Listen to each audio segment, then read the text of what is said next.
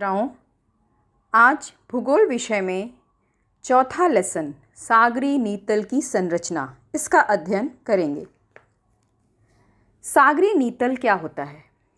सागरी नीतल समुद्र के नीचे का जो भाग होता है, जो समुद्र के नीचे की जो ज़मीन होती है, आप इस चित्र को ध्यान से देखिए, इसमें आपको समझ में आएगा, उसे सागरी नीतल कहते हैं।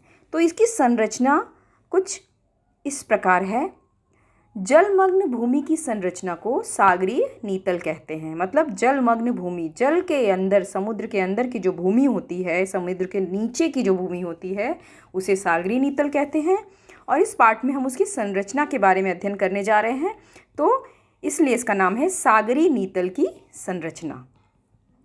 भूमि की गहराई और आकार के अनुसार सागरीय नीतल की संरचना का विभिन्न सागरीय भू आकृतियों में वर्गीकरण किया जाता है। तो आइए एक एक करके हम इसकी आकृतियों के बारे में देखते हैं।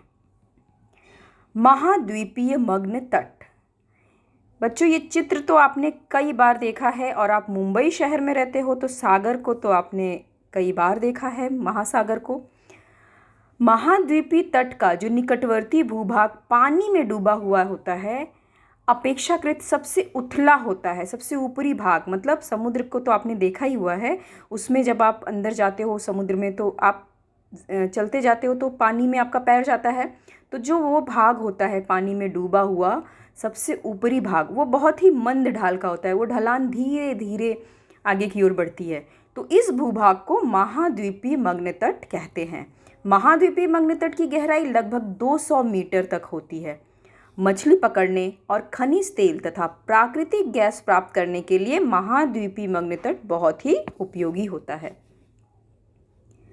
अब है महाद्वीपीय ढाल। जैसे ही समुद्र में आगे आगे बढ़ते हैं, धीरे धीरे ढलान शुरू होती है, इससे कहते हैं महाद्वीपीय ढाल। महाद्वीपीय मग्न तट के ठीक बाद स्थित सागरी नीतल के तीव्र ढाल। अब जैसे जैसे आप बहुत आगे जाओगे तो ढलान तीव्र होती जाती है, और कम विस्तार वाले भाग को महाद्वीपीय ढाल कहते हैं। इसकी गहराई लगभग 200 मीटर से 3600 मीटर तक होती है। महाद्वीपीय ढाल की निचली सीमा महाद्वीप की सीमा मानी जाती है। सागरीय मैदान।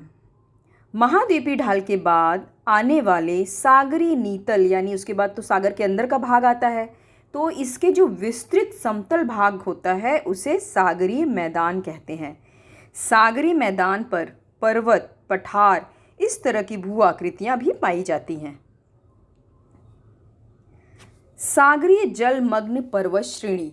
जैसे बच्चों आप ऊपर पर्वत देखते हो, हाँ, महाद्वीप पे जैसे पर्वत, पठार ये सब दिखते हैं, वैसे ही समुद्र के अंदर की जो ज़मीन होती है उसमें भी पठार होते हैं, पर्वत होते हैं, जो कि इस चित्र में आप देख सकते हो। ये सब सागर के अंदर के भाग को यहाँ पर दिखाया गया है। इस चित्र को ध्यान से देखिए। सागरी नीतल के मैदान पर सैकड़ों किलोमीटर चौड़ी और हजारों किलोमीटर लंबी पर्वत श्रेणियां पाई जाती हैं। इन्हें जलमग्न पर्वत कहते हैं, क्योंकि ये जल के अंदर होती हैं, इसलिए इन्हें जलमग्न पर्वत कहते हैं। सागरीय द्वीप। जलमग्न पर्वत श्रेणी के शिखरों के कुछ भाग कहीं कहीं सागर की सतह पर दिखाई देते हैं, जैसा कि आप चित्र में देख सकते हैं। इस चित्र को ध्यान से देखिए, ये जलमग्न पर्वत का ही ऊपरी हिस्सा है। तो सागरी टीले के कई जलमग्न पर्वत श्रेणियों के शिखरों के कुछ भाग कहीं कहीं सागरी सतह पर दिखाई देते हैं। इन भागों को सागरीय द्वीप कहते हैं। उदाहरण के तौर पर अंडमान निकोबार का द्वीप, ये आपको चित्र में जो दिखाई दे रहा है।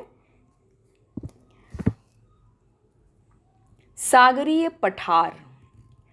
सागरी टीले के समतल एवं विस्तृत शीर्षस्थ भाग को सागरीय पठार कहते हैं, जिसका एक अच्छा उदाहरण है छागोस का पठार। इस चित्र में आप देख सकते हो कि सागरी द्वीप का जो सबसे ऊपरी हिस्सा होता है वो काफ़ी दूर में होता है, तो उसके ठीक ऊपर के शीर्षस्थ भाग को सागरीय पठार कहते हैं।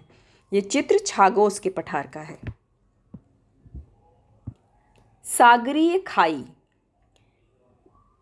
ये सागर के अंदर का भाग दिखाई दिया है। सागर के अंदर की जो ज़मीन होती है उसमें भी खाई का हिस्सा भी खाई भी होती है।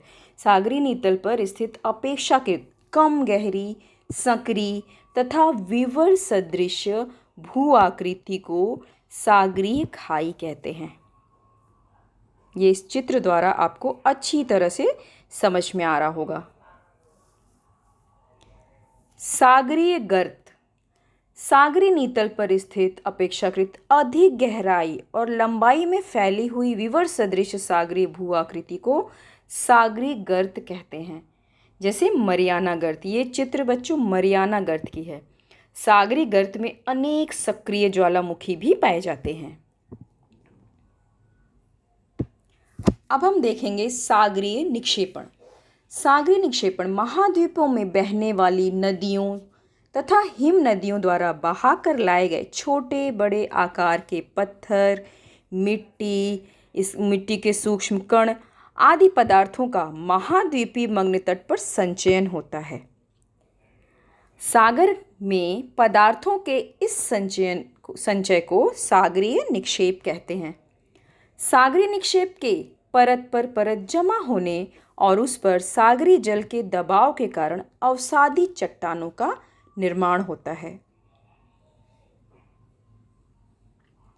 सागरीय पंख ज्वालामुखी के विस्फोट से बाहर निकलने वाली जो राख होती है, लावा, सागरीय वनस्पतियों तथा प्राणियों के अवशेष, मिट्टी के अति सूक्ष्म कण आदि पदार्थ महीन कीचड़ के रूप में सागरीय मैदान पर संचित होते हैं। इस संचयन को सागरीय पंख कहते हैं। मानव निर्मित पदार्थों का संचयन। शहर में मैला पानी, ठोस अपशिष्ट, रेडियोधर्मी पदार्थ, बेकार रसायन, प्लास्टिक आदि पदार्थों का समुद्र तट पर अथवा समुद्र में संचयन होता है। इस संचयन को मानव निर्मित पदार्थों का संचयन कहते हैं। मानव निर्मित पदार्थों के संचयन से सागरीय जल का प्रदूषण बढ़ता जाता है और इस प्रदूषण के कारण अनेक जलचरों और पानी की वनस्पतियों के अस्तित्व को खतरा उत्पन्न होता है।